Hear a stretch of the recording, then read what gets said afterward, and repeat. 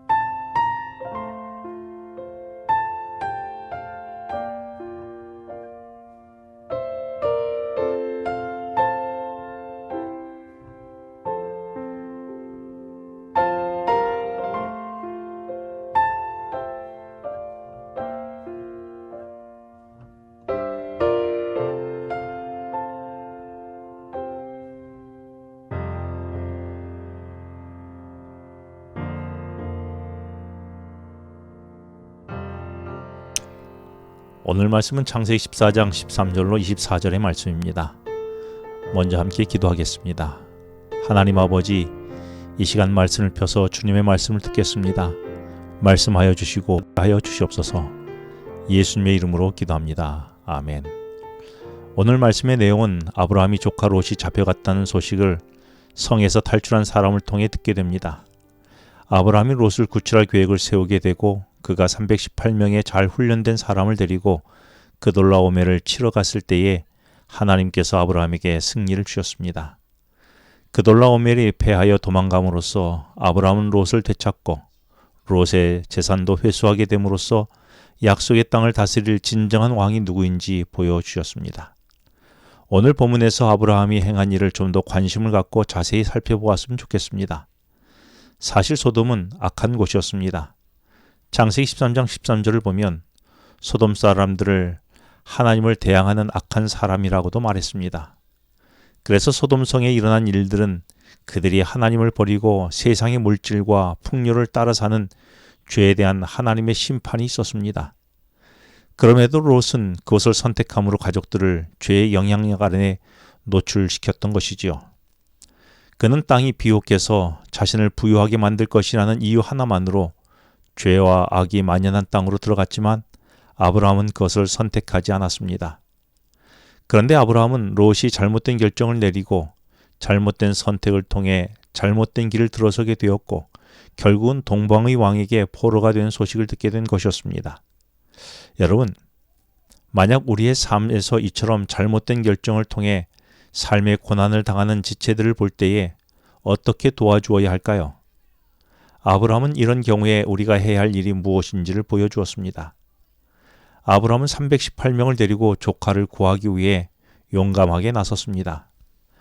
마태복음에서도 예수님께서는 무리를 떠나 길 잃은 양 한 마리를 대하는 목자의 태도를 제자들에게 가르쳐 주셨습니다.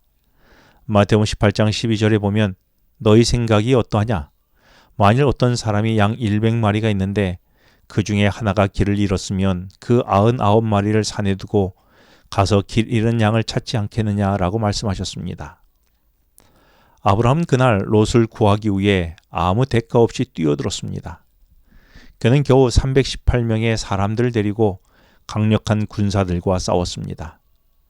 아브라함은 아무 일도 하지 않은 것보다 차라리 싸우다 죽는 것이 낫겠다고 생각했을지도 모르겠습니다.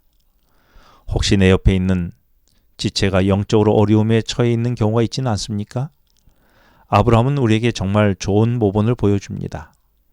그는 자기 조카를 구하기 위해 할 수 있는 모든 일을 했고 하나님은 아브라함에게 승리의 축복을 허락하셨습니다. 아브라함은 그돌라오멜을 물리치고 돌아온 길에 살렘의 왕 멜기세덱의 영접을 받았는데 아마도 아브라함과 멜기세덱은 서로 초면이었을 것입니다. 이 멜기세덱은 살렘의 왕이었습니다. 18절에서 멜기세덱은 왕이면서 동시에 지극히 높으신 하나님의 제사장으로 소개됩니다. 사실 여기에 나타난 멜기세덱은 구주로 이 땅에 오신 대제사장이신 예수님을 상징합니다. 이 멜기세덱은 전투로 지쳐 허기진 아브라함과 용사들을 격려하기 위해 빵과 포도주를 가져왔습니다.